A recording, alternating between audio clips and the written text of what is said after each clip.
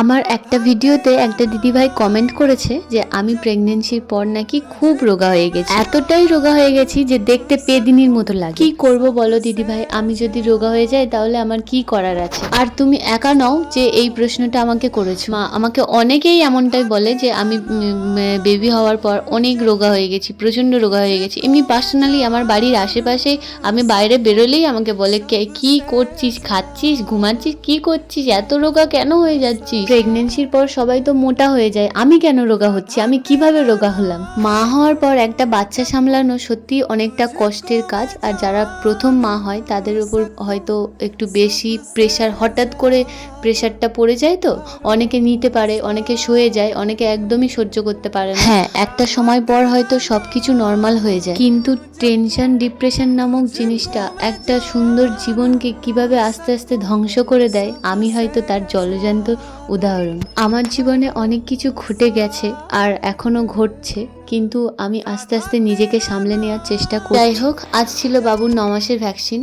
আমি যখন যেখানে থাকি তখন সেখান থেকেই ওর ভ্যাকসিনটা নেওয়া হয়।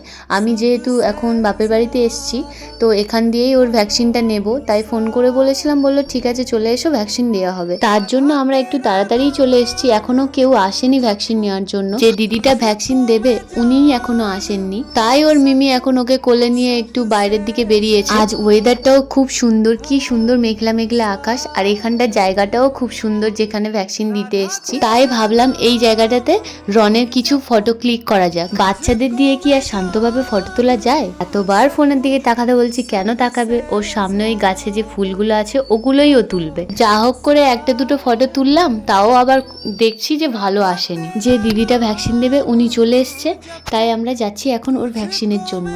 আজ রনের ভাগ্যটা ভালো আর আমার ভাগ্যটা খারাপ, কারণ আজ ওর ভ্যাকসিনটা দেয়া হলো না। আর একজন তো দাদুর কোলে বসে থাকতে থাকতে এত ঘুম চলে এসছে আর বাবুর কথা বলতে পারছে না, এভাবে বসে বসেই মনে হয় ঘুমিয়ে পড়বে।